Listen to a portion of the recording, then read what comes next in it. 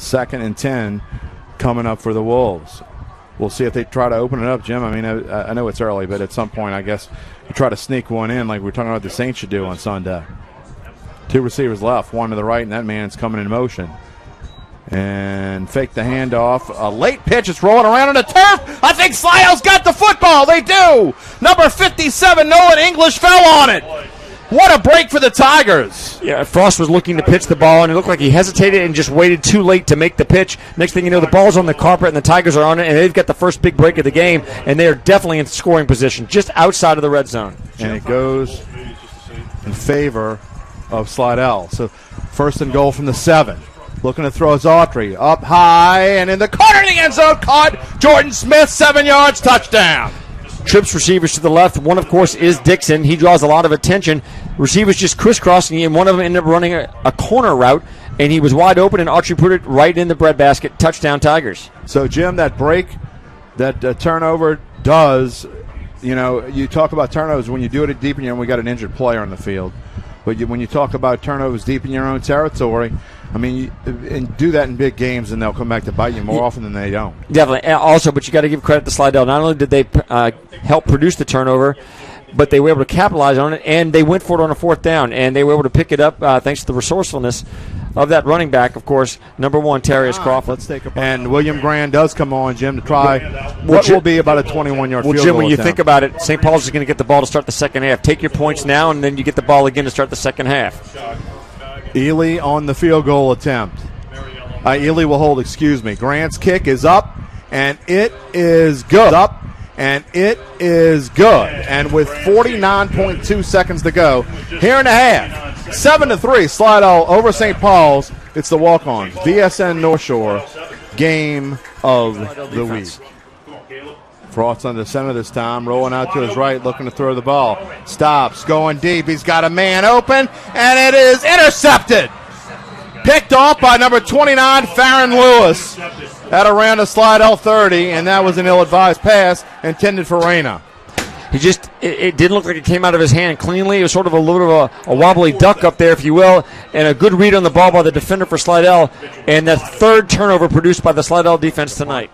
This is 1st and 10 from the Slidell 31. Man coming out of the backfield, and it's a straight snap to Dixon's a flag down, but look out, you can kiss him goodbye, but I don't think that's I think that's coming back. And what hustle by Michael Crockett, almost card hauling Dixon. And flag in the backfield, and that is coming back. I don't think we need to ask Kenny Sears if he wants to accept the penalty. It looks like half of the Slidell offense has just realized it as they're all celebrating around the 10-yard line. And now the slow walk back for the offense. Mandeville had a big lead on North Shore the last time we looked. Man in motion right to left. Here's Smith trying to cut the edge. He's got a 1st down. More, look out! 50, 45, cuts it back 40 inside the 40-yard line. Best run of the night for Mitchell Smith. I tell you what, Jim, you said it. Some hands on hips, the Slidell defense. The lateral pursuit there for Slidell was not there, and a great play call by St. Paul's. They got a little bit jet action, a zip play, if you will. They got around the left edge very quickly. 1st down Wolves, and they are in Slidell territory and threatening. So the field goal attempt, this one will be, he made a 21-yard earlier. This will be from 26.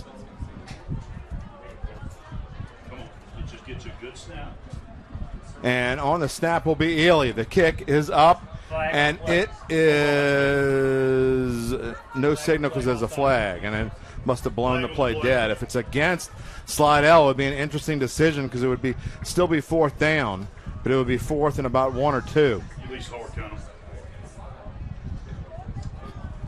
What do you do now, Jim, if you're Ken Sears? It looks like it's offsides.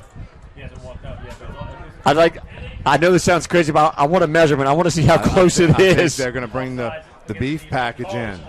Your favorite beef package. Offside. All right, now, Jim, let's go back to the debate you and I were having. I'm going to do the same thing. All right, here's the deal. You've got that defense gassed and on their heels. I'm still kicking the push you've been getting up the gut. At the 4-yard line. I mean, Kenny Sears has been a coach for 21 years. So obviously he knows way more than I could ever know about football, but I'd still kick a field goal here. I think they're bringing the beef package in. Let me just tell you, and the reason why is not necessarily If they don't make this, I can't tell you how demoralizing it would be for this team. If they don't make this. Now, I'm not saying they won't. 4th and 1 from the 4. Going ahead is Crockett. He's pushing forward. He says, what the heck do you know, Jim Derry? Touchdown! I'm sorry. What was I saying again? Exactly. You got the defense on their heels. The push you've been getting with a straight I formation, you've got to stick it to them when you can. Well, 3rd and 18 from the 26. Autry stands in the pistol, waits for it. Looks to throw, does. Going down the right sideline. Cut! 35-30. What a great play. Autry finally pulls out a big play. On a perfect pass to Miles Brown up at the near the 20, and we got an injured Wolf on the field near the 20-yard line where the tackle occurred. A beautiful pass by Autry. He was getting backside pressure. Number 94, of course, Michael Crockett, He delivered the ball perfectly in stride. Exactly. Down the right sideline, on the money to the receiver as the receiver is getting past the defensive back. Big play for Slidell, and boy, did they need it. No kidding. All the way, let's see, they're going to mark it at the 22-yard line. So that goes as, trying to do math real quick, 52 yards. 50, tripled their output. Pass out to the left. Caught by Jordan Smith. He gets away. Touchdown. Jordan Smith, 22 yards. Boy, in 2 plays, what a change, a turn of events, and a change in momentum. You had 3rd and 18, a long pass down the right sidelines.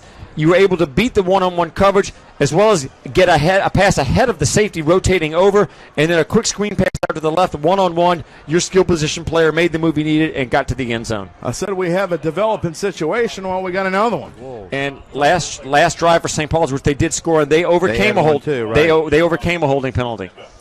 So a 13-yard penalty back to the 48, and it'll bring up 1st and 23. Here, and a turnover and going the other way. Look out, 35-30.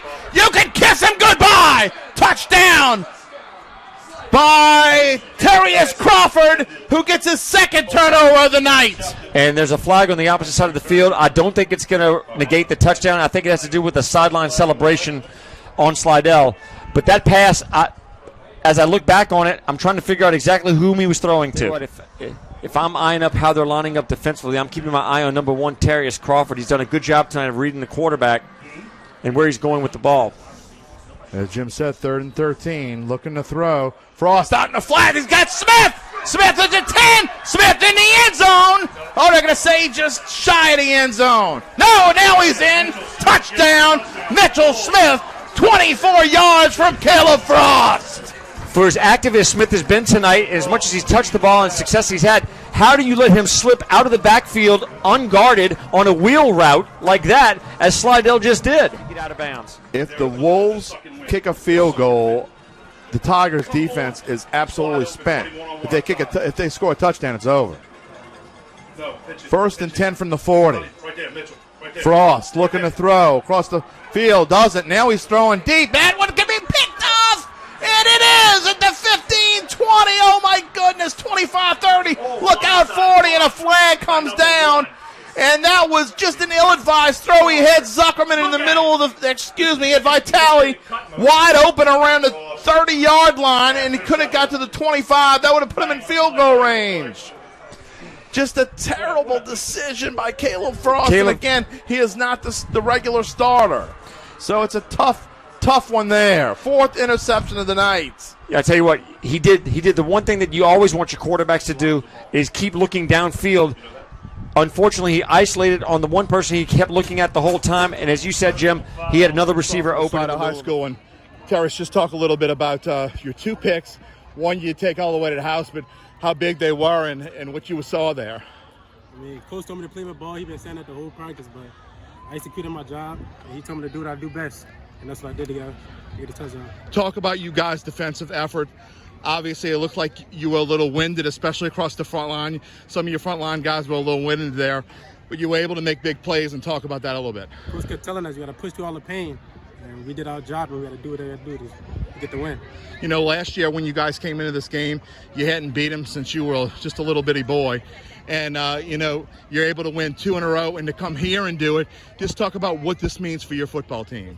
I mean, it's a great feeling for the football team. I mean, the whole week they've been preparing for it. They've been ready for it. They just wanted it bad.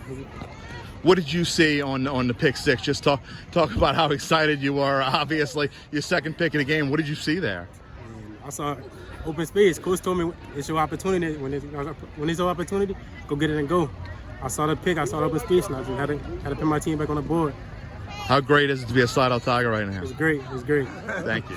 Slidell coach Larry Favre. Larry, just talk about your defense really looked winded there towards the end, but they made big plays when they had to. What did you tell them? Well, you know, Jim, we had some chance to widen the score in the first half. The quarterback was out. They were going to run the football. And because the game was stayed so close, they were able to just stay in their run game, which left our defense on the field a lot. But then the defense scores. Terrius Crawford takes the pick back, gives us the lead and the momentum into the fourth quarter. Our defense has played with their back against the wall all year, and they've always responded. And that's our strength, and that's what we expect. You said before the game that your boys had a great week of practice leading up to this game. Your defense was as good as they possibly could have played. I mean, they obviously showed that whatever you guys were preparing for, you got it. Yeah, hats off to Jeremy Lynch, our defensive coordinator, our defensive staff. They have our kids prepared every week. We're starting to get in the groove now. You know, you want to start to establish your identity as you head into October. October starts, and our identity is a great defensive team and an offensive team that can move the ball behind Harlan Dixon. Special teams were much better tonight. Missed an extra point, which kept it closer than it had to be at the end. So that's what we got to work on. Talk about your offense. Harlan couldn't get anything going, but John made 2 big passes when he absolutely had to make them. But overall, I know you can't be pleased with the offense, but they did enough. Well, St. Paul's is really good on defense. Yeah. They're outstanding. They've beat a great Jesuit team. They've played well all year, so we knew Harlan's yards would be tough tonight. That's why we moved him around a lot. Great job by Terrius Crawford and Torian King and letting Dixon move a little bit. Autry's just got to get better. You know, he's better, but he's got to have more urgency and wanting to be an elite 5A quarterback. If he can get that type of urgency, then we can be even better on offense. You came into last year's game, and you always talked about having to beat the Big 3 or the Big 4, and last year you were able to get the big win over St. Paul's, and it ended up winning you a district championship. It's only the week 1 of the district season, but just talk about what kind of momentum beating St. Paul's at St. Paul's and for the second straight year can do for you. Tough place to win. It's really hard to come in here and win. So we're 1-0, and we go home, away, the rest of the way. Fair week in St. Tammany next week, so we got a short week and got to get ready for an outstanding Mandeville team. Coach Hutch has done a great job. So, you know, just got to take it's raise it thin. It's going to every Friday night. It's going to be like this for the next 6 weeks. We know that. We're preparing for that, and we just got to get ready to go back to work tomorrow. Larry Favre, thank you.